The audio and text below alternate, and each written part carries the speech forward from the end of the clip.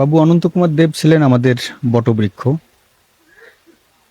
আব্বাস উদ্দিন সাহেবের পরে আসলেন কসিমউদ্দিন সাহেব। তারপরে আমরা যাকে মানি তিনি অনন্ত কুমার দেব। তাকে তার শিষ্যরা, তার শুভানুধ্যায়ী যারা রয়েছেন তারা সবাই মিলে তাকে একটি উপাধি দেয়া হয়। আরো বড় অনেক অনেক উপাধি তার আছে, তো এই উপাধিটি বেশি জনপ্রিয় হয়েছে, সেটি হলো যে ভাওয়াইয়া মুকুট। আর তার কারণেই আজকেও আমরা এখন পর্যন্ত যতটুকু ভাওয়াইয়ার আসল স্বাদ পাই সেটি কিন্তু তার কারণে।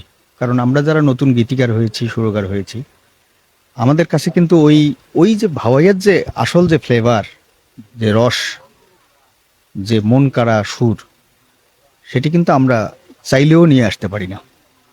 এটি তার দ্বারাই সম্ভব।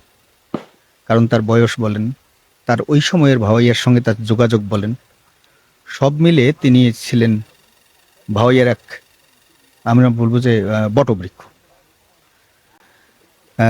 তার তুলনা নেই। আজকে আমরা হারিয়ে ফেললাম তাকে।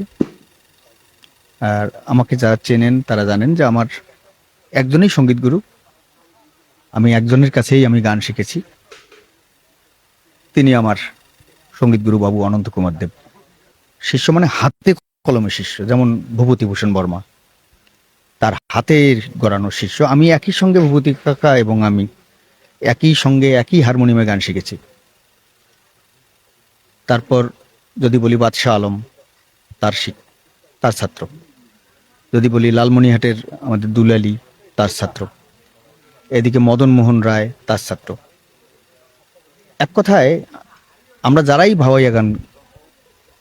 ভাওয়াইয়া গান করছি এখন এই মুহূর্তে, যারা জীবিত রয়েছি, যতই বয়স হোক না কেন, তারা সবাই ম্যাক্সিমাম আমরা তার তার শিষ্য।